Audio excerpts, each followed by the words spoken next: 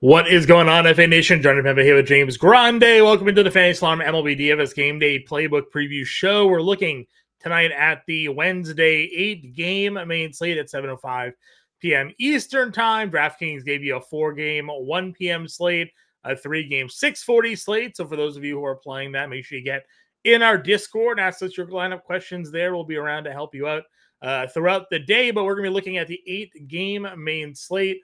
No Coors Field still, so we don't have to worry about that. I don't think Rockies are in Coors for a little bit. I think they're on a little bit of a road trip right now, so that is useful. Pitching matchup wise, and a couple of good spots for us to look to take advantage of here. So not a bad slate overall. Sir Grande, how we doing, man?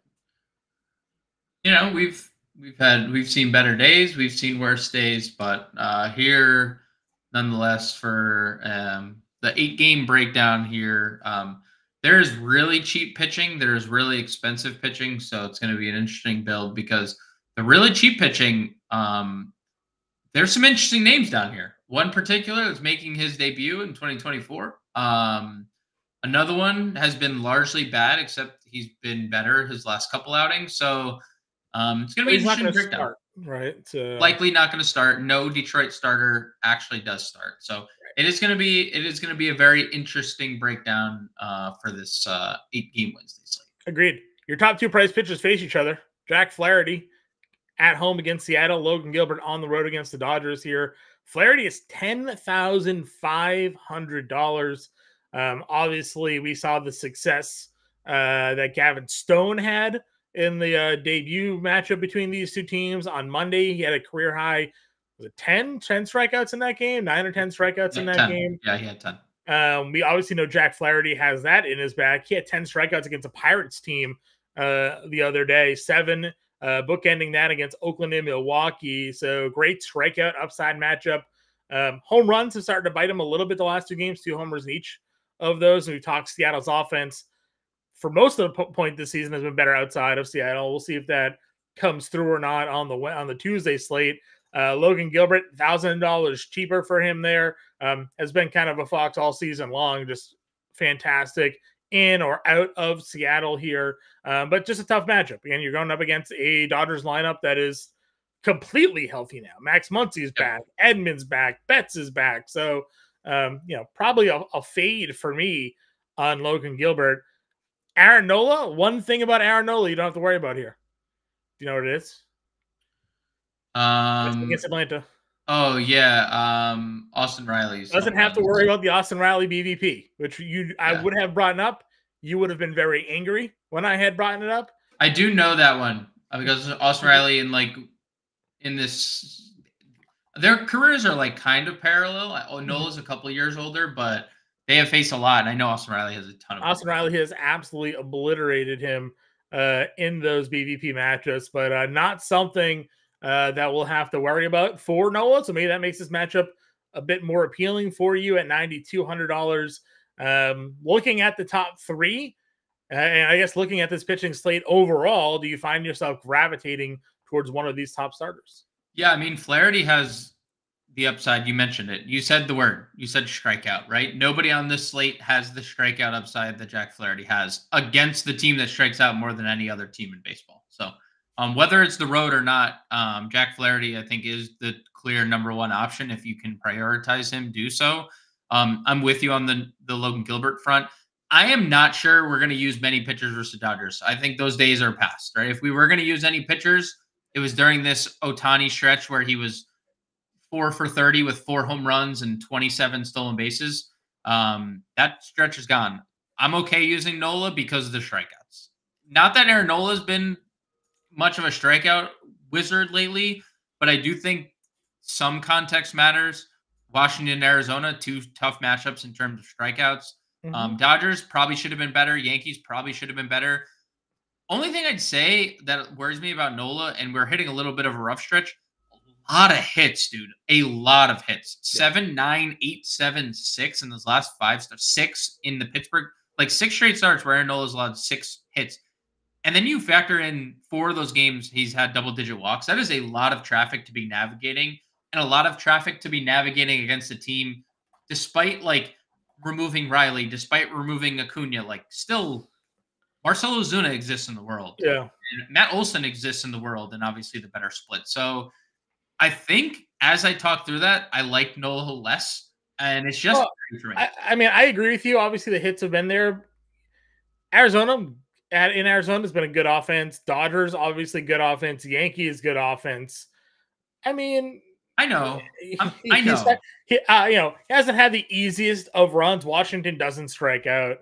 The home runs obviously had been a little bit of an issue. He did face Atlanta, gave up 2 homers in that game, had 8 strikeouts over 6 innings, got the win for 24 fantasy points there. Had the other start earlier to begin the year, got shelled by them in that one, gave up 2 homers there, 6 earned runs. Just to kind of like harken back to the BVP numbers, Aaron Nola against Austin Riley. Again, Riley out of the lineup. Riley's 23 of 63 with 6 homers. That's 365 and an 1100 OPS over 63 at bats. That's obviously, like you said, a sample size that we very rarely see hitters have against pitchers unless they play in the same division for as long as these two teams have played in the same division. But Aaron Nola against this lineup, which I know is something that we clown as a statistic, has largely shut them all down with the lone exception of Austin Riley doing a lot of the damage for guys that have multiple players here, 40 plus, 50 plus at bats against him lifetime. So, Marcell Ozuna is the other one that does some damage on him from a power perspective, 4 homers and 60 at bats. But for the most part, this is a lineup that he has a ton of strikeouts against. Average wise and OPS wise, he's holding them down. It's just one man. That man was Austin Riley and probably Ronald Acuna that was doing a lot of the damage against him historically. It's still one of I'm not saying it's not a sample that I'm just ignoring because obviously they're interdivision rivals. I do think it's like one of those things where you look at, yes, this is like a spot that he's been comfortable in, but also, and this is why BVP sometimes just doesn't matter to me. We're going into this game. In these other games, is Aaron Nola pitching well? Is Aaron Nola in good form? He's coming into this really shaky. I know you mentioned the string of tough spots, so much traffic. And this is a team that still, without these guys, do hit a lot of home runs. So if there's 3 base runners on and Matt Olson comes up, what's going to happen? Or if Marcell Ozuna comes on with 2 runners, so I think where I'm not necessarily saying I'm going to completely cross Aaron Nola off. I just think there is a big gap for me between Flaherty and Nola if I'm spending up for my SP1. Sure. Move on down the list here into the 8K tier. Nestor Cortez is home against Cleveland. Max Fried is home against Philadelphia. Taillon gets Detroit. Pepio in Oakland and Myers in St. Louis here. I kind of like the Pepio matchup. He's looked pretty good in his 2 starts against Arizona and Cleveland. Both of those were home starts. Goes into Oakland, bigger ballpark. Taj Bradley had some early trouble in that game last on Monday or Tuesday, whatever day we're talking about here, Monday. And he ended up settling down in that one, got the quality start. Pepio's look good in his 2 starts here at $8,300. For me, I think that would be my spot to target. What are your thoughts on this 8K tier? Yeah, I mean, he's a good pitcher. I agree. I think Pepio is there's some key returns for the Glasnow trade. So I mean, yeah, he's very quality in terms of strikeouts too. There's been a couple of weird games for him this year. He has a 0 strikeout game at some point this year. But I do think he is very quality, really good ballpark to pitch in, obviously 8,300. Nestor, Cleveland's too good against lefties. Fried just doesn't look the same as he has in years past. Just the Braves in general, right? That's just a Braves thing. Taillon, this would typically be a spot, but is there I don't know what the ceiling is at Jameson Taillon at $8,400. And Detroit has a pretty healthy lefty riddled lineup now. I was gonna say, dude, that lineup is Riley Green is back. Parker Meadows is leading off, hitting 380 over the last 10 games. Torque is back in their lineup. Cole Keith is there. Kerry Carpenter. That lineup, young, we fanboy a little bit over it doing everyday DFS. We're like, ooh, like this guy's hot. Like, let's play him. On paper, they're probably still a very losing baseball team, but like, there's some talent there. Like, there's some guys there's some guys. Dude, they're 3 games under, by the way. Know. They're like, they could like, and like you even said, like Jace Jung being called up, Dingler, like they are super young. Like they have gone, other than Javi Baez, they've gone like super young, right? And it is fun. It's very hit or miss. I'll say that. Like I think they're going to be very hit or miss. I don't think I want to test it with Tyone. I do think we're going to see spots where they strike out a lot. Because like Riley Green, as good as he is, he strikes out. Carpenter strikes out. Like that they still are a high strikeout offense. So I'll see where the wind blows in this game. We'll see where the wind blows. If the wind's blowing out, I might be more inclined. I know that Tobias Myers wasn't the best game against the Dodgers. Said by most pitchers this season. Says by most pitchers this year. He also has like the best ERA in baseball since the All-Star break, or he's in like, dude, he has been super, super consistent this year. The strikeouts are pretty up 2 and strikeouts down. Versus Washington, 1 versus LA. I mean, like, and that's where like I'd say we kind of St. Louis about middle of the pack offensively this year against right-handed pitching, but 22% strikeout rate. Little meat on the bone. They just sent down Jordan Walker, so you can chalk off 3 strikeouts out of that lineup. Right. So poor guy. That's fair. I mean, I am good if you want to take a shot on a Myers, because I think 8K, obviously the ascension with how well he's been pitching was up into the mid 8s. Yeah. But I largely agree. I think Pepio stands out the most in the 8Ks here overall. Under $8,000, Kyle Gibson's home against Milwaukee. Michael Lorenzen home against the Angels. Yariel Rodriguez home against the Reds here. Mitch Spence gets Tampa Bay. Looking in the value tier, we'll talk about Cueto in its own section. Outside of Johnny Cueto making his debut, do any of these mid and value pitchers, pique your interest? I am super mad at myself for thinking Michael Lorenzen was a viable option here. Man, the Angels are just really that bad. I mean, I think you have to look at them. So it's the meme, the meme where it's the girl and she's like, yeah. One of those. She tastes the drink and she's like, "This is gross." Actually, yeah, it's not. No, it's terrible. It's not. But right, it's like that's how I feel right now. Because I think there's a lot to like, obviously, just with the matchup, but also he doesn't pitch deep into games. I mean, you look at the last, even in the 2 starts that he's pitched well, 83 and 84 pitches in the middle of innings, right? It's like there's no quality start really attached to it. He really has to pitch flawlessly to get there. The strikeouts leave a lot to be desired. And obviously, like, this is a spot you can strike people out, but man, it is. I don't know what the ceiling is playing a Michael Lorenzen at 77. Like, maybe if he was 67, I'd have more interest. But sure. I also don't. That's also me just looking at the rest of the position, being like Mitch Spence, but. I mean, listen, I liked Joe Yestis on the Tuesday slate. Crazy home road splits here. Same thing for Mitch Spence, like much better at home than on the road, but his much better at home is still 11 fantasy points. Joe Yestis is 18.5. So like, you want to talk low strikeout games. Granted, he didn't pitch a ton of innings, but 1, 2, 3, 3, 3, 3, 3, 3 down here. So, if you're gonna suck, at least you have some strikeout upside, so we can, all right, listen, in a perfect world, at least he'll get 5-6 strikeouts and maybe he'll get 5 innings and an earned.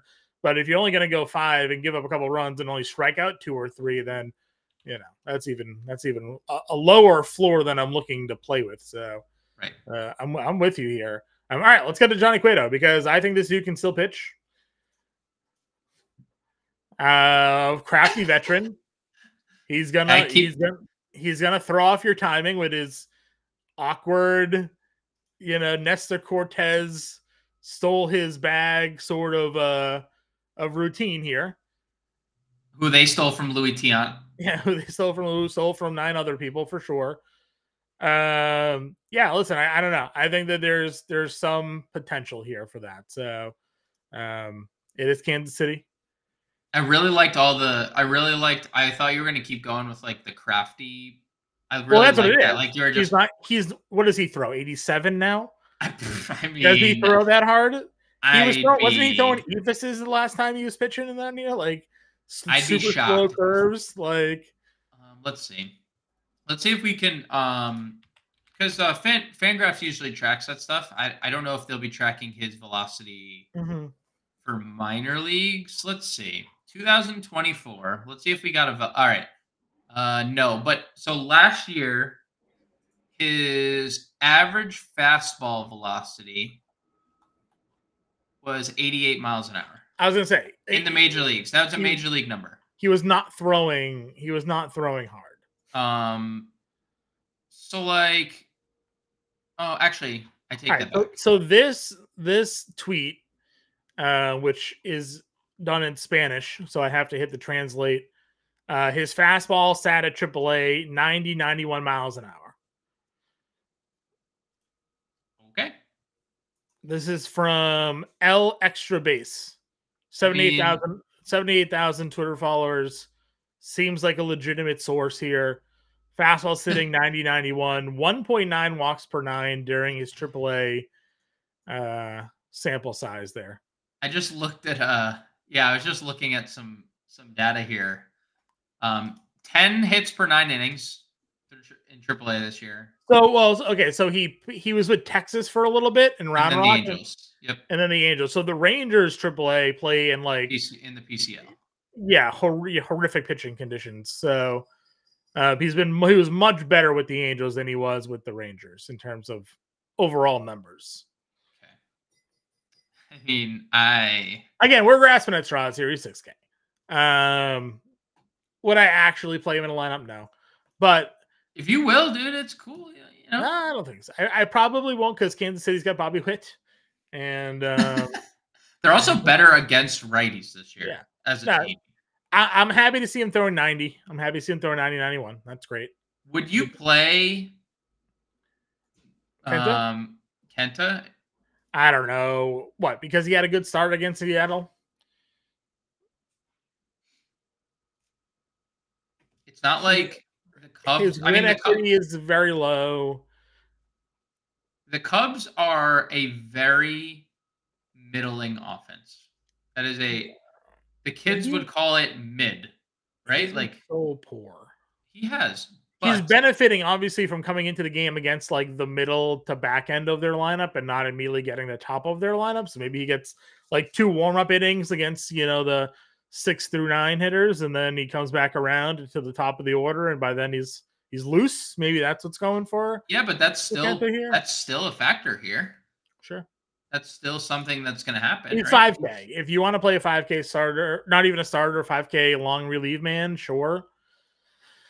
Maybe even pick them up in leagues where you don't have to lose a start. Super limiting though. I'm not I feel like the downside he hasn't had a win since May 1st. I am not advocating like full bore Kenta Maeda, but I'm also just saying that he's $5,000 on a slate that Jack Flaherty is far and away the best pitcher on the board, right? At 10-5.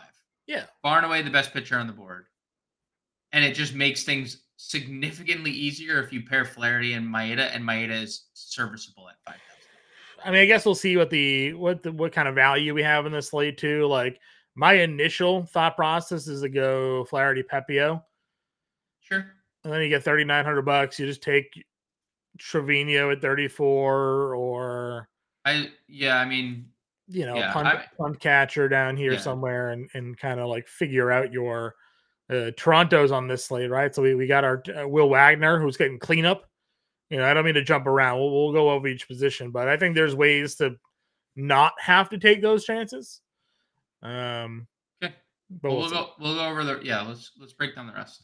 Catcher is here, as I mentioned. You can go down and punt. This is usually what we tend to look for. Is also Wednesday slate. Sometimes these are getaway games. They rest the starting catcher. You can kind of see. We do have Fry versus Cortez though. You mentioned obviously Cleveland good numbers against lefties. Fry only hits lefties. Cortez is very good at home, or had been very good at home. Fry has since been horrific overall, but $3,800 for him in that spot, so a lot of power. What do you think in that catcher here? Yeah, I mean, I do think your Trevino play made a lot of sense at 34. If he's going to continue to split time with Austin Wells, you have to assume he's going to play again against a lefty here. Do I think that should happen? No, I think Austin Wells should catch every day, and Trevino's your backup. But I do think Trevino, while they're going to split time, he's in the line. Tice 2,400 has been really good for the Angels. If you want a pure punt, we've talked about Lorenzen struggling of late. So Matt Tice 2,400. That would be my Sure. That would be my punt for sure. First base. You just kind of keep riding Vladdy here, maybe at $5,600 against Nick Martinez. Yeah, I mean, he's for sure in play. He's for sure an elite play. Do you have a favorite first baseman here at the top half? I mean, I hate to do this to you, but probably Pasquantino. I don't have much faith in a 38-year-old. Don't hate. Listen, everything I said about Johnny Cueto obviously is a little bit more tongue in cheek. I was giving reasons why I think he could find success, right. But right.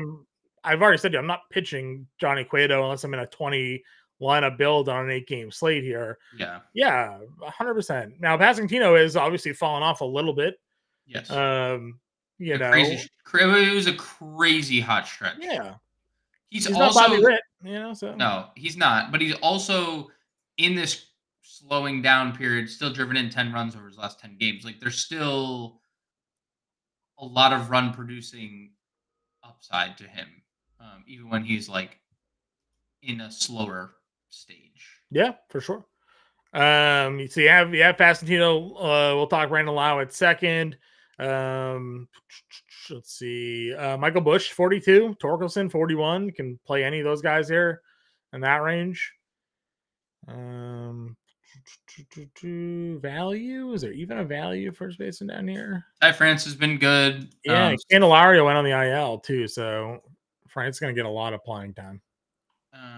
And then I do think Cavadas, they continue to hit him fourth when he plays. When he's not facing a lefty. 6 strikeouts and 7 at bats. Yeah, and the other 2 at bats are walks. So he's had. He is who we thought he was. That's why we took the field. There's going to be the home run game, right? We're going to get power. So someone's gonna throw a spinner that spins and then he launches it. So I don't know if you saw the Tristan Casas homer today. Ronald Blanco just threw an 85-mile-an-hour straight ball, and that thing went 2 decks back. That was not happening during his no hitter during his first start of the year. It was not. No, that had break, and not just a spinny, 86-mile-an-hour ball. And then the suspension to follow that. Yeah, well, drugs. So. All right, second base. I mentioned Will Wagner. He's down here still, not touching his price tag. 20. He's $100 cheaper, even $100 cheaper than he was on Tuesday. He hit cleanup. Is there a reason to play anybody else? I mean, if you're playing Lau, Mitch Spence obviously has the elevated fly ball rate. Mm-hmm. I do think Michael Massey's leads off here, so that's a really good spot for the Royals. Second baseman, he's been really, really good. Yeah, and he's hitting in front of obviously 2 elite run producers. I think in order to get Bobby Witt, though, if we're gonna spend up at the pitching, you almost need whack. No, it's like you can play Gavin Lux. Obviously, I assume the Yankees lead off Glaber again. Yep. With the lefty, you could play Colt Keith 37.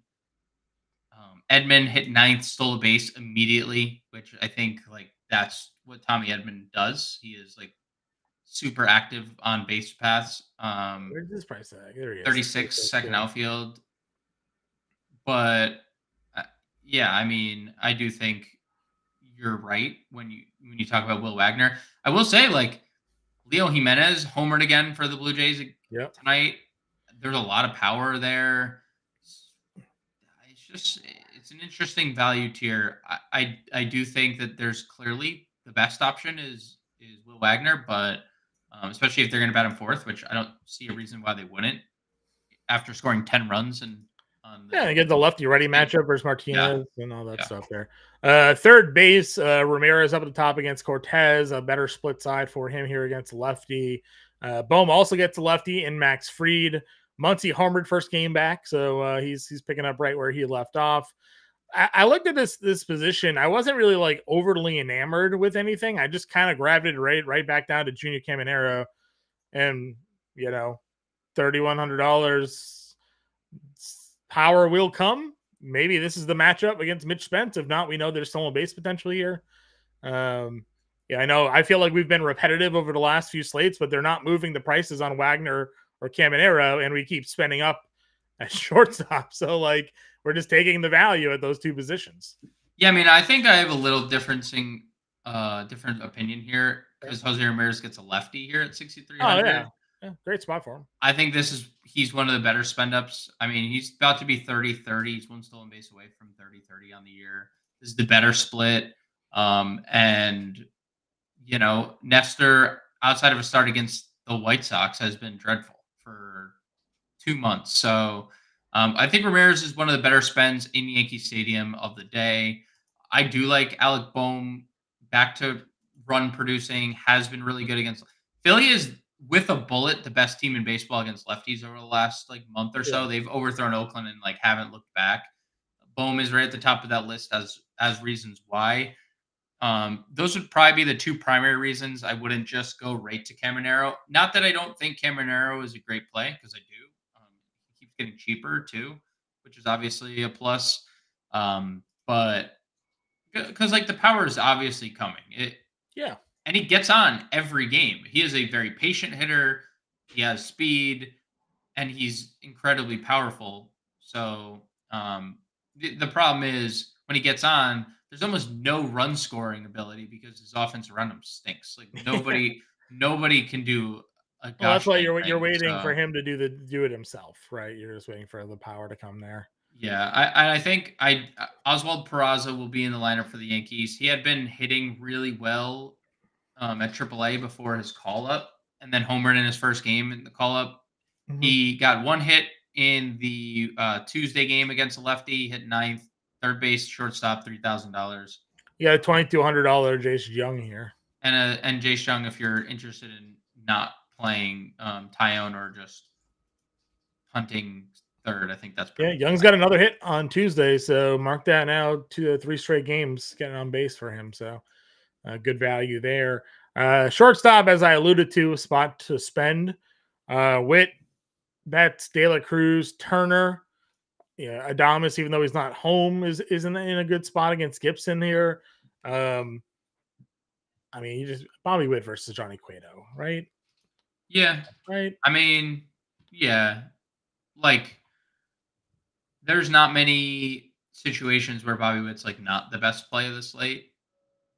I would say Judge and Witt are just 1 and 2, kind of more often than not the guy. Yeah, I mean, again, Judge hit another home run.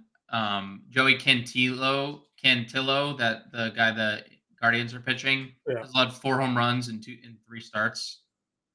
That's not great when you're facing Soto, Judge in the form that they're in. So if Witt's not the best play, he is the second best play at worst of the slate. So 6,600 for Bobby Witt's great. You can always play Mookie in tournaments. I do think Trey Turner is a little bit interesting. Very much signs of life coming out of the Trey Turner bat over the last week or so. You remember the standing up chair this dude went on? I remember the him and Julio Rodriguez last year at the same time for me. Yeah. I mean, we talk a lot when this guy's hot, he's the hottest. Trey Turner's in that range of when this guy gets hot, he's upper. You don't get him out. He hits for power, which is 14 of his home runs, like 9 of them came when he came back from the IL. I know. Like I he know. hit was a homer like 5 in like 7 games. It was a lot. Yeah, it was a lot. He's in the room, right? Like he's in that room of like elite talent when he's going good. So yeah, I mean, Turner against a lefty. I know like Fried has historically been good, but that's hasn't been the case lately. I don't know if you saw the John Boy Aaron Boone saga today with talking about Anthony Volpe, but they really didn't, or were wondering why he hasn't gotten a day off, and Boone did not like that question. But Anthony Volpe continues to be terrible, and he continues for his price to rise. So I'm probably going to stay away, even though it's a good stack. If you want to stack them, you can. Zach Nato hit another home run today off Cole Reagans. He did. I know Lorenzen has struggled against every split at this point now lately. But righties were always the one that were doing the damage against him this season. So while Nato has hit lefties very well, I think we could take a look here at Zach Nato if you're not spending up at 4K. Yeah, I think we can comfortably play Zach Nato against just about anyone at this point. Yeah, at this point, I would agree with you. Anybody else for value? I mean, Clement's there. We talked Peraza.